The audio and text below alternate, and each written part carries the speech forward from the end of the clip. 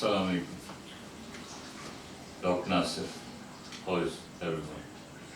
Okay, everything must be fine.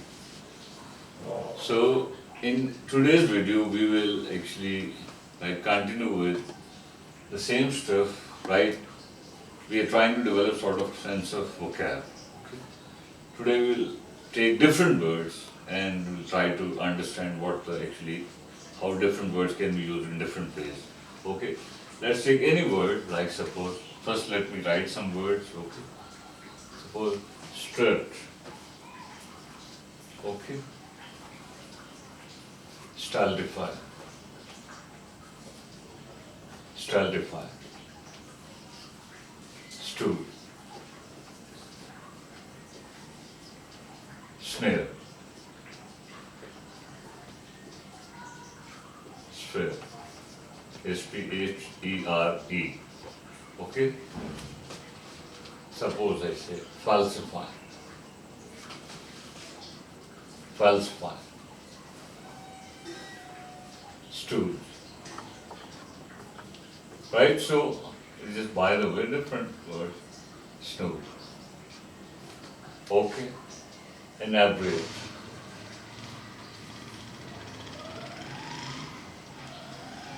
salt, frisky, free, frayed, frayed, okay, ramify, fluster, whatever, right? Different, right? Gust, gale, gash, gosh, go, gap. So these are different words. Okay, we'll just try to understand, right? So strut, starting with this word. Strut means to. This word can be used in both ways, right? As verb and as noun. Strut means to walk like this. So what you say? Have you seen his strutting gait? Strut means to walk in a very arrogant way. Sometimes it might be a sign of confidence, but otherwise, strut is something, okay? The impression in which you show that you are something very different. Suppose you say, the way that person was strutting along shows that he is a snob-like person. He is a bit arrogant. Got it? Okay. The next is stultify. Stultify, once again, is a verb. It shows action. Stultify is to make something false. So you see that fellow has so many flaws, right? Everyone has different fact. But you cannot stultify the fact that he is a very hard worker. There are some chaps, right, who have some problems, some negative things, some positive things. So suppose you say stultify is to make something false. Are you getting? We cannot stultify the thing that he is a very cooperative sort of person. Otherwise, he might not be a good character. But in this sense, right, to make something false. This word stoop. Stoop is, once again, in routine sense, stoop means to come to a lower level. Stoop means to bend like this. Right, in symbolic sense, stoop means to be very flexible. So whenever you see some rich person, why do you stoop so much? Bow, right? To be very submissive. So, in that sense, okay. The next is snare. Snare means to, suppose they say, to mock at someone, to treat someone as very, mean sort of person. Suppose he always sneers at others. He always disdains at others. He always dislikes others. Right? So snare means to look at someone in a very degrading fashion. Okay. Suppose you say, right, we have no right to sneer at others, whether we like them or not. So sneering is something bad, okay. The next word is fair. In its literal sense, fair means right? Any round stuff, okay? But in symbolic sense, sphere means you feel, suppose this thing does not fall in my sphere.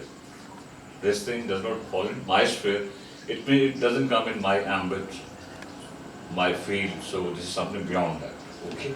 So it's a sort of noun over here.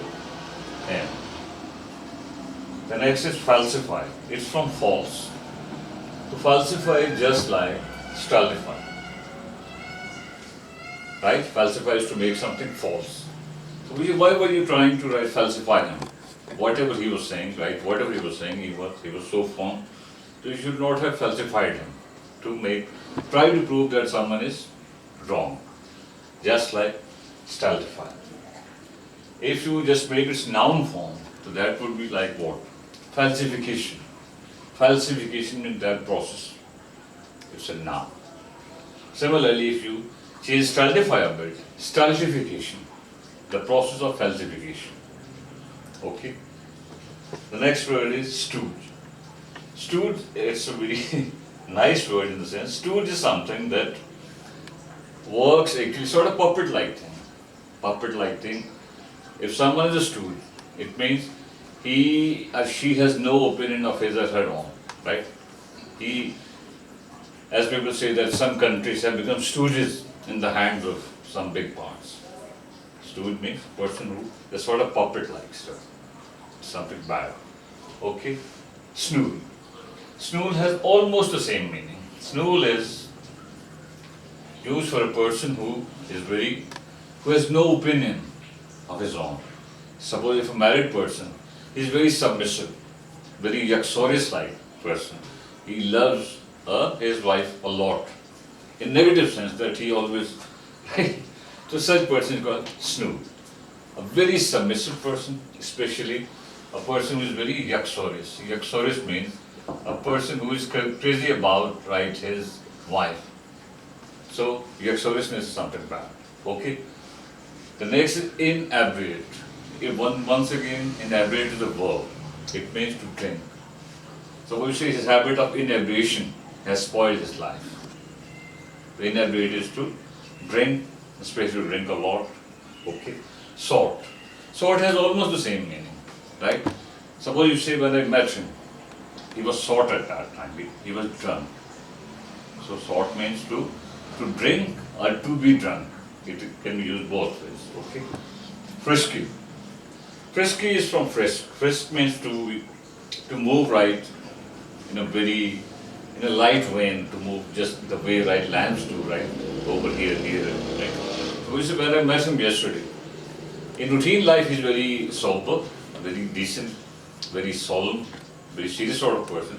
But yesterday he was in a very frisky mood, in a very light vein, in a very, sometimes in a very jovial mood, you just want to, okay. He was frisking around, it means he was moving here and here in a very happy fashion. Okay. So frisky is a sort of adjective. Freak. Freak is a very common word nowadays, almost all of you know. Freak means something very strange, very odd, very queer. Freak of nature, suppose he is a freak of nature. It means that fellow is just something, right? He is a very strange character, odd sort of person, right? You might looks like a freak. So freak means something that is different from other things, especially in negative sense. Okay? Freaky behavior. It means when you behave like very stupid sort of behavior, something very absolutely different from the routine-like behavior. Frail.